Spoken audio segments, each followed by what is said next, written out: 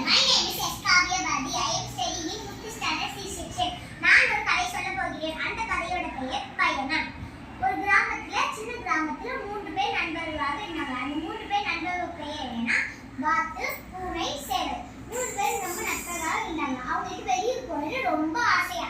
ஆனா அவங்களால போகவே முடியல. ஒரு நாள் 3 பேர் சேர்ந்து ஒரு முடிவு எடுத்தாங்க. நம்ம வெளியூர் போகணும் அப்படின்னு சொல்லிட்டு. ஆனா பூனைக்கு வெளியூர் போறதுனா ரொம்ப பயமா இருந்துச்சா.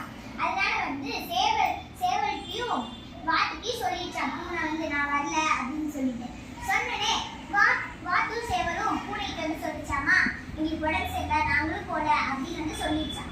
சொன்னேன் நண்பர்கள் போய் சொல்றாங்க, நம்மளும் போகணும் நண்பர்களுக்காக அப்படின்னு சொல்லிட்டு பூனை வாத்து சேவல்கி வாங்க போலாம் நம்ம வெளியூர் அப்படின்னு சொன்னாங்க. அவங்க ரொம்ப மகிழ்ச்சியானாங்க. 3 பேர் வெளியூருக்கு போய் நிறைய சுத்தி பார்த்தாங்க, நிறைய விளையாண்டாங்களாம்.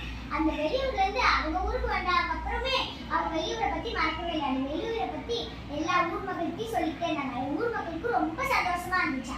நம்மளும் அடுத்த டைம் போகணும் அப்படின்னு சொன்னாங்களாம். இந்த கதையிலிருந்து உங்களுக்கு என்ன தெரியுது?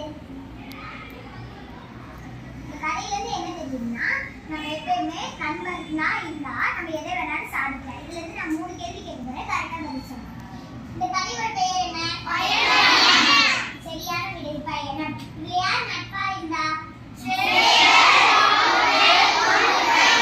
சரியான விடை சேவல், வாத்து, பூனை. இதுல யாருக்கு உடம்பு சரியில்லைன்னு சொன்னா போய் சொன்னா? வாத்து சேவலும் சொன்னாங்க. தேங்க்யூ. இந்த கதை எந்த புத்தகத்துல இருந்து படிச்சீங்க? இந்த கதை எந்த புத்தகத்துல இருந்து படிச்சீங்க?